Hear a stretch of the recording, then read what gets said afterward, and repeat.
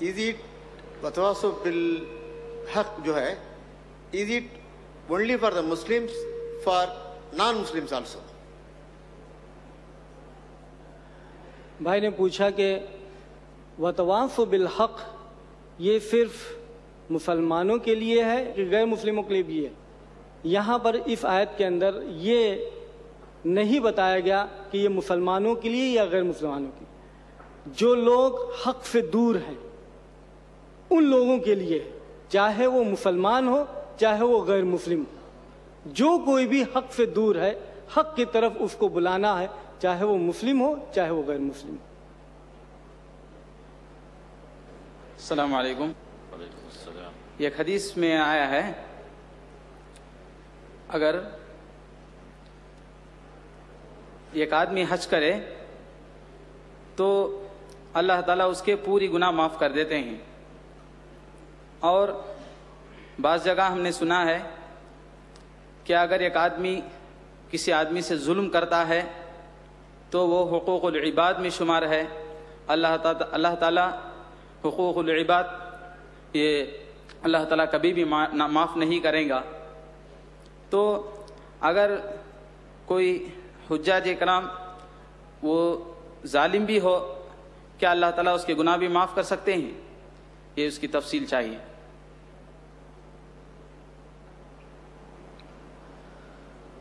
بھائی نے سوال کیا کہ حدیث میں آتا ہے کہ جو شخص حج کرتا ہے اللہ تعالیٰ اس کے سارے گناہ معاف کر دیتے ہیں، اور وہی شخص جو ہے دوسرے گناہ کرتا ہے اور تو دوسرے گناہ کی بنا کے اوپر کیا اللہ تعالیٰ یہ بھی گناہ معاف کر سکتے ہیں اس کے؟ اللہ رب العزت چاہے تو سارے گناہ معاف کر سکتے ہیں اگر وہ شخص اس گناہ کی طلب کرے یا اس گناہ سے وہ توبہ کرے. توبہ کے لیے اللہ رب العزت توبہ کے تعلق سے ایک کنڈیشنز ہمیں اپنانے ہیں کہ توبہ جو شخص بھی کرتا ہے اس کو 3 کنڈیشنز اس کو پورے کرنے ہیں.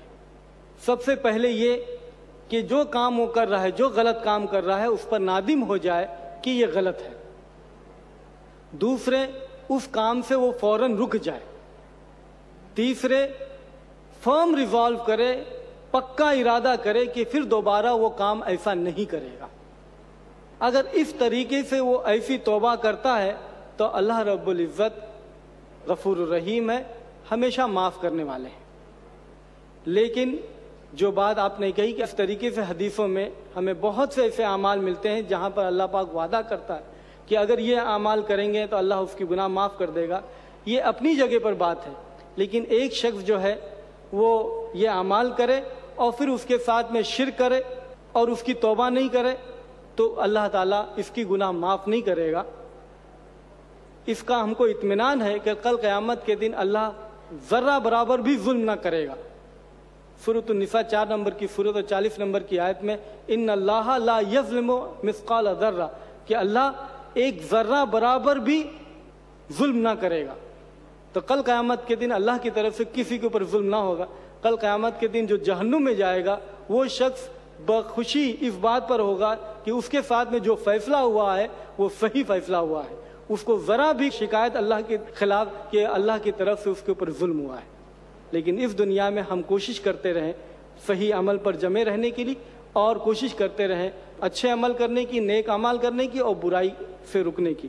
اگر ایسا ہوگا کہ ہم برائی بھی کام کرتے ہیں اور اچھے بھی کام کرتے ہیں تو کل قیامت کے دن دونوں کا حساب کتاب ہوگا، اور جس کا جیسا حساب ہوگا، جیسا جو رزلٹ ہوگا اس کے حساب سے فیصلہ ہوگا.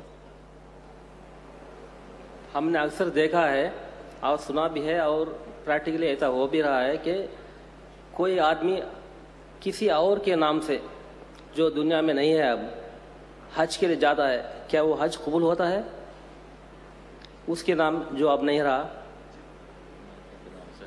جواب چھوٹا سا جواب دیجیے بس. سوال یہ ہے کہ جو آدمی گزر گیا ہے اس کے نام سے حج ہو سکتا ہے یا نہیں.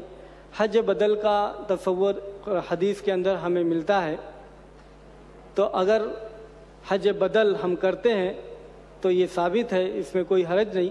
لیکن یہ بھی دیکھنے کی بات ہے کہ جس شخص کے تعلق سے حج بدل کر رہے ہیں وہ جب زندہ تھا، مالدار تھا، صاحب حیثیت تھا، تندرست تھا، سب کچھ تھا، اور تب اس نے حج نہیں کی اور وہ اس سے مطلب اس فریضے کو اس نے انجام نہیں دیا، تو یہ ڈاؤٹ فل ہے کہ اس کا حج بدل کرنے پر اللہ اس کو قبول کرے گا۔ کل قیامت کے دن اللہ اس کا فیصلہ کرے گا۔ لیکن اگر ایک شخص اپنی زندگی میں وہ مجبور تھا، وہ مالدار نہیں تھا اور وہ اس قابل نہیں تھا کہ حج کر سکے، اس کے گزرنے کے بعد میں پھر اس کے جو رشتہ دار ہیں، بیٹے ہیں یا کوئی اور دوسرا ہے، اگر اس کے بدلے میں حج بدل کرے تو انشاءاللہ اس کا تصور ملتا ہے، اس میں کوئی حرج نہیں۔